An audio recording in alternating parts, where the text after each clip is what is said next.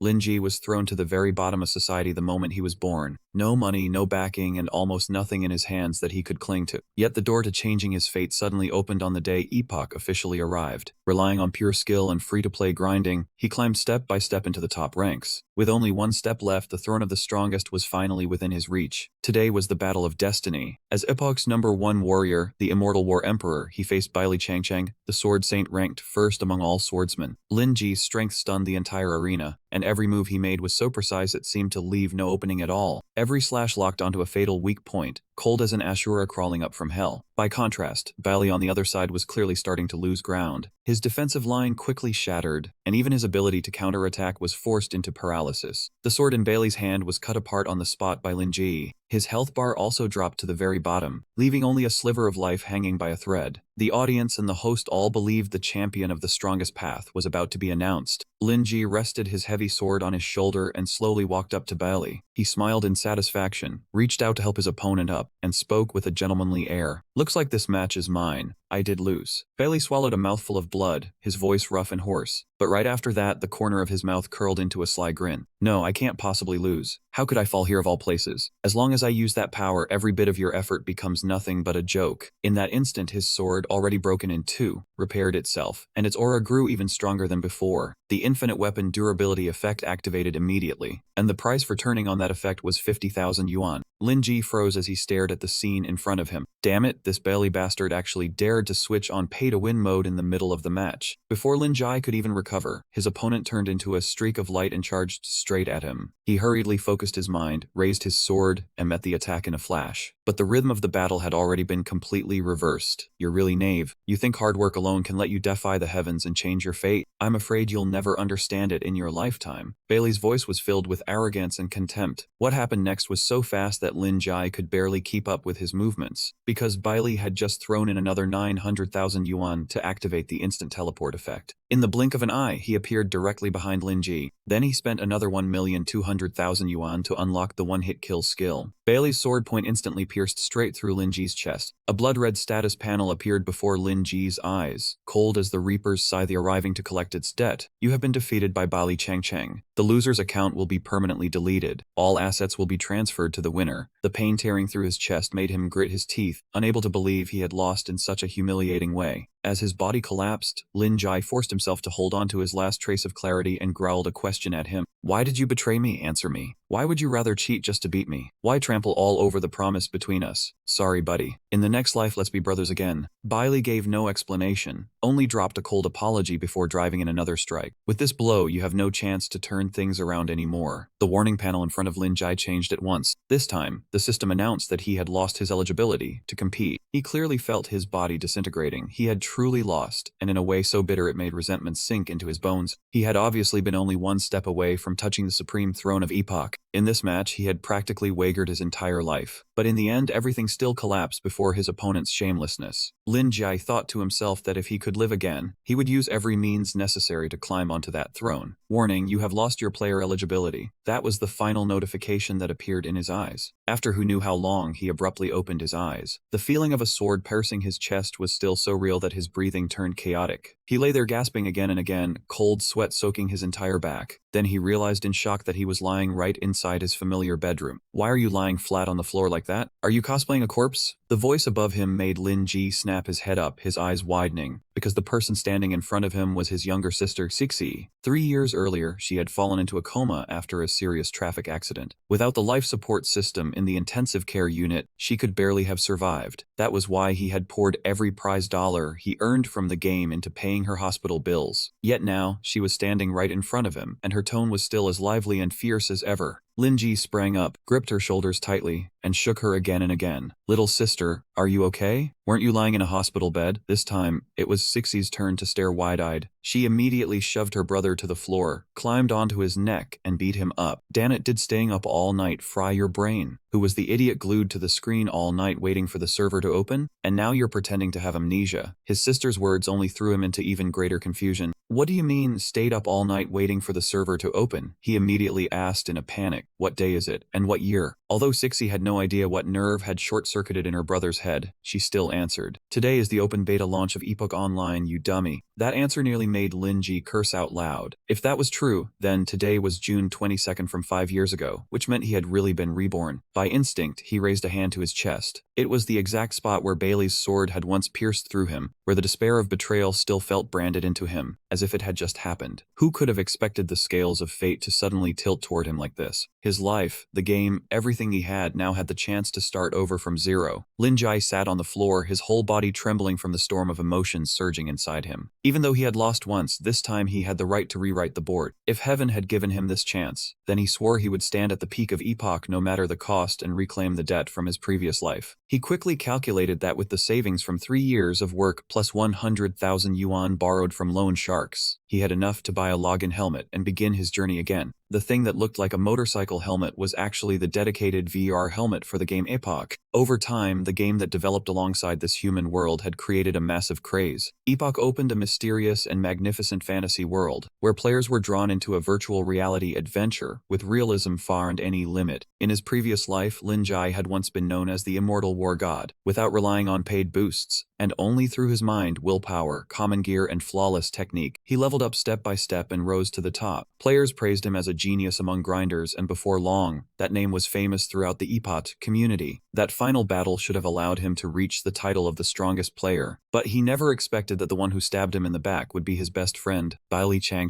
Maybe Bailey had been blinded by that title. Lin Ji truly wanted to know when he had begun planning the betrayal, but right now none of that mattered more than seizing this chance to redo his life. With that thought, he immediately put on the gaming helmet, and a white flash streaked across his vision. His consciousness was pulled straight into the virtual reality world. Just like in his previous life, the first thing after logging in was choosing a class. From the very beginning, the operators of Era Online never released any official guidebook or review, so every player entering this world was like a blind man feeling his way forward, forced to uncover every mechanic and secret with his own hands. But for Lin Ji, a veteran who had grinded through Era for 5 straight years, almost nothing in this game could slip past his eyes anymore. Scouting, questing, and exploiting mechanics would definitely be far easier for him than for Rick. This was the biggest advantage the protagonist had in this life. Given the chance to live once more, he swore to himself that he would complete every regret he had missed in his previous life. And of course, his most important goal was to climb to the very peak of the game and become the strongest player, the one everyone would sincerely acknowledge. The former king of technique had officially returned. This time, when he returned to the newbie village, the protagonist was no longer the clumsy rookie he had been at the start. The only problem was that the looks from the surrounding players were honestly hard to describe. Good grief, who still picked warrior in this era? Was his brain waterlogged or something? In the class system, warrior was almost treated as the bottom tier. Even a dog would shake its head at it, and it had no decent weapon. Yet that broke loser strutted around like an expert. The protagonist ignored every whisper completely. He had willingly stepped back onto the old road he once chose. That road was becoming a warrior, a class with starting stats so low they were almost tragic. The protagonist still remembered clearly a conversation he had with Bai Li 2 years ago. Back then, he had declared that even if he were reborn one more time, he would still choose this exact class. At the time, Bailey only found that choice utterly baffling, because in his eyes, only low-level players with poor resources would reluctantly choose warrior. They lacked the money to buy premium gear and could not use flashy magic. They relied only on naturally thick skin and huge health pools, charging to the front line to soak damage for their teammates. To put it bluntly, warriors were born as nothing more than moving meat shields. If you really want to experience Era's strongest playstyle, you should choose swordsmen like me, elegant and deadly at the same time. Bailey had once said that, but the protagonist still believed warrior was the path that hid true power. The deeper they fell into adversity, the more terrifying vitality they unleashed. The scarier the enemy, the more chances a warrior had to break past his limits. They struggled endlessly in deadly situations just to survive. Only that kind of person was qualified to touch the title of Undying War God. That title had always belonged only to players who survived countless bloody battles. But are you sure that title will still exist after today? Back then, Bailey had asked him that in return. If we do not know, then one fight will make it clear. After I return today, I will become the Undying War God. As the memory faded, the protagonist stood once again in the newbie village. Warriors naturally had an advantage in health, so no matter how poor Rick was, a minor boss could not easily one-shot him. More importantly, after completing quests, players could advance into higher class branches within the warrior system. This was the advantage he had noticed in his previous life. A warrior branch that could turn health into combat power. Wealthy players usually only focused on picking the classes with the highest damage or the coolest appearance. For example, mage, swordsman, hunter, or assassin. Because of that, out of every 10 parties appearing on the streets, most were assembled from these burst damage classes. But early-stage monster data was seriously unbalanced. Those players could barely stand firm, let alone calmly unload damage. In contrast, warriors had a clear survival advantage from the very beginning. More importantly, the weakness of this class happened to be something the protagonist could make up for with his deep understanding of the system's mechanics. Very soon the first quest, Getting Your Feet Wet, was issued. Its objective required him to go meet one person. That person was Olet in Meltown, and the time limit for completion was only 5 minutes. He was the newbie guide NPC, with a stern appearance that completely clashed with the Rick outfit below. Seeing that familiar old man, the protagonist suddenly felt a wave of nostalgia. He never expected that he would truly have a day when he met this man again. Before he could even open his mouth, an arrogant voice cut in. Hey, you useless warrior. Looks like you ran into this great lord today. He looked up and saw a level 2 holy knight named Balai. Want to pass through here? In the name of the holy light, I charge you 1 coin. If you do not pay, do not even think about moving on. Holy knight was a class favored by whales in the early game, with damage healing and crowd control skills. The new server had been open for less than half an hour, yet Balai was already level 2. Clearly, this was the classic trick that had been exposed on the forums in his previous life. After creating his character, he immediately spent a lot of money to buy the newbie experience pack. Then he relied on the level gap to bully the weak, blocking the road and collecting protection fees. Balai's arrogant behavior was truly irritating, and the protagonist knew this type of person understood nothing about actual gameplay. He had not even met the standard for basic equipment. To put it plainly, he was just a paper tiger wearing a holy knight's armor. The best starting reward for each new player was only 10 small coins. Even if he charged each person just 1 copper, the amount he earned would still be far from small. But even if it was only 1 coin, the protagonist had no intention of letting him profit. What makes you think I should give you money? He asked coldly. Maybe this was Balai's first time meeting someone this stubborn, because his voice instantly shot up. Because I am stronger than you, idiot. Delete your account and remake it. As soon as he finished speaking, Balai's hand landed on his sword hilt, but the blade had only been drawn halfway from its sheath. His wrist was seized firmly by the protagonist right on the spot. The protagonist's grip was so strong that no matter how the other man struggled, he could not move at all. This was one of the warrior's starting talents, grip strength enhancement, originally designed to reduce the chance of dropping a weapon in combat. But right now, it became the perfect tool for crushing Balai's resistance. Grip strength enhancement. Balai looked as if he could not believe his eyes. You mean that useless talent even dogs look down on? The one that only helps you hold a weapon tighter? The more the other man mocked him, the more silently the protagonist tightened his hand. For an ordinary player, this might truly be a trash talent. But for him, it was the seed of the strongest divine skill. With just a little more force, the weapon in Balai's hand immediately fell to the ground. The man who had been so aggressive and domineering moments ago could only stand there pale-faced, watching the protagonist disarm him barehanded. This was the hidden effect of grip strength enhancement, something almost no player had expected. It was a talent once dismissed by the entire community as garbage. But as the strength stat increased, its effect would also become more terrifying. If his strength was higher than his opponent's, the owner of this talent could easily seize a weapon in close combat. Right now, the level 1 protagonist could disarm Balai barehanded, proving this level 2 holy knight even lower strength than a newly created rookie. Clearly, he had not assigned a single point into the strength attribute. To be blunt, he was just a rich guy who did not know how to play. Moreover, aside from the protagonist, probably no one knew that after later skill upgrades, grip strength enhancement would transform into one of the most overpowered talents in the warrior class. After advancement, grip strength enhancement would become Titan Grip, a famous divine skill that allowed a player to swing the dragon-slaying greatsword, originally a 2-handed weapon, with just 1 hand. But to achieve this evolution, the prerequisite was choosing grip strength enhancement as a talent right when creating the character. While he was still thinking, the surrounding crowd suddenly scattered, and several spear-wielding guards appeared in front of the protagonist. Seeing this, Balai behind him immediately shouted as if he had struck gold. Ha, you are finished. If you dare cause trouble in a safe zone, the guards will execute you on the spot. I swear it in the name of the holy light. This guy attacked someone in public. It was him, it was definitely him. But the protagonist remained strangely calm. Even though the spear guards in the newbie village were strong enough to instantly kill level 1 and level 2 players, he still calmly admitted that he had attacked Balai. Seeing that, the other man immediately laughed with delight, as if he had already won. You heard him, he admitted it himself. Hurry up and punish him hard. But this was legitimate self-defense, the protagonist continued, then clearly explained the entire situation that had just happened. As a result, the guards immediately changed targets and aimed their spear tips straight at Balai. Seeing the guards prepare to bring judgment down on his head, Balai instantly panicked. He had spent a full 100,000 to buy the premium newbie VIP pack. Was he really going to be punished so badly right after entering the game that he had to delete his account here? However, NPCs were still NPCs, and every action operated under fixed rules. Whoever caused trouble first in a safe zone would be judged unjust by the system, while the person who counterattacked would not be punished even with harsher methods, and might even receive compensation. The protagonist understood this rule better than anyone, so when the guards appeared, he could remain calm, as if everything had been inside his calculations. Just as expected, Ba Lai quickly received punishment from the guards. As for the protagonist, he received 1 gold coin in system compensation, exactly according to the rules. Ba Lai was so furious that sparks practically flew from his eyes. As for the surrounding players, no matter how irritated they still felt toward the protagonist. After witnessing him flip the situation and turn the tables this completely, every single one of them fell silent. That crowd instantly backed down, and not a single one of them dared to start trouble anymore. Lin Jai pocketed his prize, a single coin, then turned around and left as if nothing had happened. A moment ago, the main character had not even gotten the chance to speak with Owlet before Ba Lai barged in and interrupted. Only now did he slowly walk over toward the old man. Then he calmly sat down and spoke first. "Long time no see, Owlet." Suspicion instantly crossed the old man's weathered face. "Young adventurer, do you know me? This server has not even been open for a full day." The main character casually replied that they were more than acquaintances, practically old friends, and had not seen each other for at least 5 years. Of course, Owlet did not believe that was true, and only took it as a strange joke. He did not argue further and simply did his duty, offering him the beginner gift pack. The 3 choices were 10 copper coins, 3 basic health potions, or a crude iron sword made specifically for swordsmen. According to common player wisdom, everyone knew choosing the money was the smartest move, especially for a broke warrior class, because those 10 copper coins were worth at least 100,000 on the black market. But the main character's choice was completely different from the crowd's. He chose the 4th option, because in his previous life, players only discovered 3 years later that the beginner quest had a hidden choice. Owlet froze, while the spectators around them immediately burst into shouting, "Is this guy crazy? What 4th option?" Under the old man's probing gaze, Lin Ji remained completely calm. The main character slowly said that the flame that runs before dawn will be extinguished twice. Owlet's expression changed at once. "Impossible. Where in the world did you hear that line? When the black moon sinks into eternal night, what has been forgotten will return through the cracks of time. From the ashes, the flame will rise, both a relic of the ancient gods and the dawn of a new era." The young man continued in a slow voice. "Do you still remember the passphrase you gave me back then, Owlet?" His memories seemed to be dragged back 5 years, to the previous life. Back then he had completed a special quest. It was a hidden quest that required him to protect Owlet's family from a horde of monsters. At the time, the old man had been so moved that he could not stop crying. "I truly do not know how to thank you. I am only a beginner guide NPC, and I have no reward valuable enough to give you. But if there is even the smallest chance that one day you need my help, tell me this secret phrase. Even if I take on another identity, even if the system makes me unable to recognize you anymore, I will still always remember you, my life-saving benefactor." What the main character had just recited was the secret phrase Owlet had given him in the previous life. Shock flashed in the old man's eyes, but he quickly regained his composure. Naturally, the current Owlet could not remember anything from the previous life, but he was certain this young man was an extremely important existence to him. Just like that, the conditions for triggering the hidden quest were fulfilled, and just as expected, Lin Jia unlocked the 4th reward pack, no longer an ordinary beginner gift, but a reward meant for returning players. In his previous life, the main character had been only 1 step away from the title of strongest, but in the end, he was defeated by dirty tricks. Unfairness was common in this fantasy world, but he absolutely refused to accept that fate, so he immediately chose the 4th reward. Right after that, he received a primal talent stone. This item allowed its owner to unlock an entirely new talent. The surrounding crowd was left stunned by the main character again and again. Good heavens, isn't that a choose-your-own talent gem? Each account could only bind 1 talent at the start of the game. This was something that might not be obtainable even if someone threw money at it. He clenched the stone tightly in his hand. If he wanted to become the strongest in this life, he had to seize the ultimate advantage right from the starting line. This hidden quest was the first step toward breaking fate, so the main character immediately used the stone and chose his second talent, Sword Oath. Owlet explained that Sword Oath was a talent created by the legendary sword Saint Casimil. Its owner would become one who swore an oath to the sword and gain extraordinary swordsmanship, but he could only fight with swords for the rest of his life. Because the restriction was so severe, Owlet had to confirm whether he was truly certain. Lin Jie answered at once. "Of course I am sure." Just moments Moments ago, the main character had made those people red-eyed with envy. Yet in the blink of an eye, this choice turned him into a joke. They immediately whispered and mocked him. Haha, he actually chose Sword Oath. In this era, there are still idiots who take swordsmanship as their second talent. He picked a trash low-tier weapon and thinks he will dominate. What a total newbie. Unlike the crowd, Owlet did not look down on his choice at all. The old men only said that the strongest weapon had never been the sword, but the one who wielded it. Because of that, Owlet believed someone as determined as Lin Jai would surely create a miracle. After thanking him, the main character also left. In his previous life, he only gained a second talent after reaching level 30, but in this life, he held that advantage from the very beginning. His current combat power surged, his leveling speed would far surpass ordinary players, and the distance to the peak had shortened again. The early advantage gained through spending money would quickly fade after level 5. If the finance class players wanted to keep dominating, their only option was to burn more and more cash in the game. But skill-based free players like the main character became steadier the farther they went. With nothing but a crude iron sword, he could still carve open a path through blood. A sword did not have the brutal stats of an axe, the suppressive force of a spear, or the flashy special effects of a mage's staff. But aside from him, very few people realized that a seemingly ordinary sword was actually the weapon that demanded the most refined control. In his previous life, he chose a grip strength talent at the start, then carried an iron sword out of the village to hunt monsters and begin leveling. But this time, because he obtained the primal talent stone from Owlet, he accidentally skipped the crude iron sword. In other words, the main character currently had no weapon. That also meant that as long as one different choice appeared in this life, the storyline could branch in an entirely new direction. And once the story changed course, the ending might very well be rewritten too. A name immediately surfaced in his mind: Bailey. He told himself that before he met that person again, he absolutely had to become even stronger. The bitterness he had once swallowed in his previous life would be completely overturned in this one. The main character walked to a beginner weapon stall by the roadside. A few players were there as well, lowering their heads as they rummaged through the goods. In their eyes, this was no different from a pile of scrap iron, but Linji still walked over slowly. He picked up a low-quality wooden club and examined it. It was only a rough, unprocessed piece of wood, with an attack power of merely 1. Its attack method was smashing, so it should have been classified as a club. Yet the system information displayed it as both a sword and a club. That abnormal detail instantly sparked a guess in the main character's mind. Please spare me, I am just an ordinary player. Selling equipment is my only source of income. The vendor trembled as he begged. But those players still refused to stop, continuing to smash the stall while cursing loudly. An ordinary player, a coward who does not even know how to fight? Interesting. You should go back and play house. You still dare annoy me in a game. The main character normally disliked meddling in other people's business, but that guy's behavior was too irritating to ignore, so he spoke up. A player who earns a living is still a player. No one is nobler than anyone else. No meal exists without passing through a cook's hands, and no potion exists without being made by an alchemist. Without weapons from blacksmiths, most combat players probably would not even dare step outside the city gates. At that point, he paused and turned to ask the vendor how much the club in his hand cost. The boy froze for a moment, then stammered that it was 1 coin. Meanwhile, the man Linjai had just lectured immediately looked annoyed. Who do you think you are? The main character calmly replied, a warrior. As expected, the other man burst into loud laughter. Ha ha ha, you are killing me. A warrior? Are you kidding? Lin Jai was too lazy to argue, so he took 1 coin from Baolai's compensation and tossed it to the vendor. The wooden club officially belonged to him. He had planned to leave right away, but the man who had just been humiliated clearly did not want to let it go. You just ruined my mood. Could you not see I was doing a good deed? Lin Jai looked at him as if he had just heard a joke. A good deed? You mean bullying someone else? You got scammed and you still do not know it, rookie warrior. If that wooden club fell on the ground, it would only be trash. No one would bother picking it up.